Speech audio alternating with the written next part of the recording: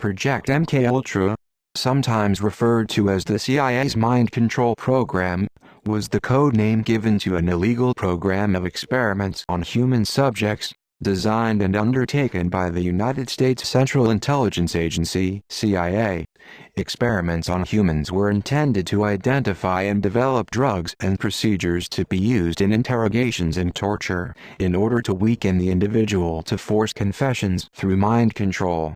Organized through the Scientific Intelligence Division of the CIA, the project coordinated with the Special Operations Division of the U.S. Army's Chemical Corps.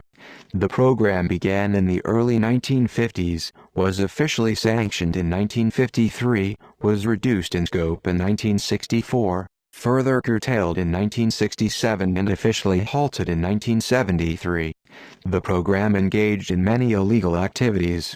In particular, it used unwitting U.S. and Canadian citizens as its test subjects, which led to controversy regarding its legitimacy.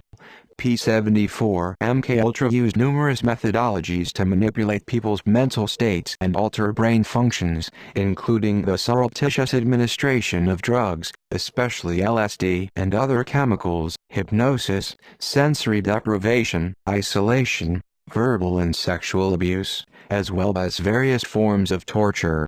The scope of Project MKUltra was broad, with research undertaken at 80 institutions, including 44 colleges and universities, as well as hospitals, prisons, and pharmaceutical companies.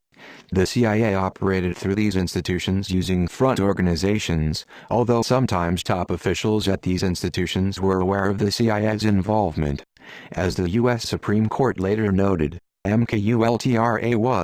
Project MKUltra was first brought to public attention in 1975 by the Church Committee of the U.S. Congress, and the Gerald Ford Commission to investigate CIA activities within the United States.